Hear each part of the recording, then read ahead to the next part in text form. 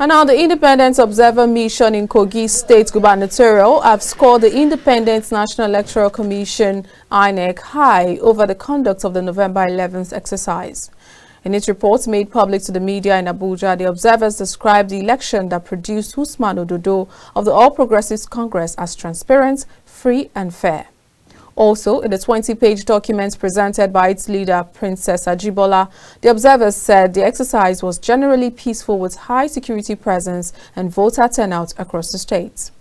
Giving an overview of each local government area, the observer, however, admitted that pockets of violence were experienced in some local government areas, blaming it on political parties. Security situation, same thing, voters coming out, sometimes being induced, pockets of violence here and there.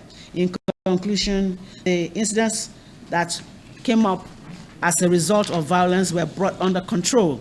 And then in Okene, ADC polled 261, APC 138,416, PDP 1,463, SDP 271.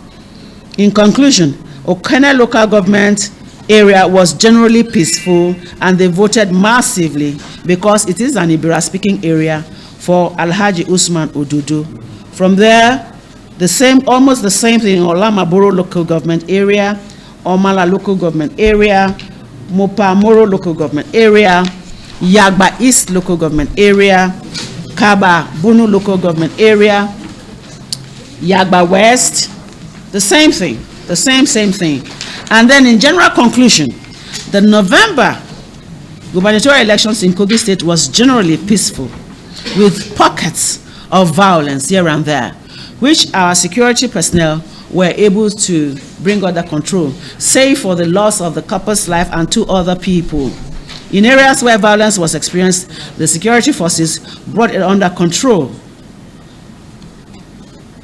The Independent Electoral Commission and the security forces must be commended for their zeal and the desire to conduct a peaceful and credible election. Furthermore, observers highlighted the need to educate the youth against electoral violence. My view recommendation is, first of all, thuggery plays a vital role on election days. And I think that, it's a collective, it should be our collective business to make these children or the youth to know that they don't have to engage. Because more often than not, when they do engage in thuggery and election violence, some of them end up dead, like we just told you. And we saw that, and it played out in the 3 states. Okay, so I think that there should be a mechanism to be able to massively begin to engage our youth. You don't have to die for anyone to come as your governor, as your honorable member, and or as your senator, and or as your president. That life is gone, and it's gone forever, and there's nothing that can be done.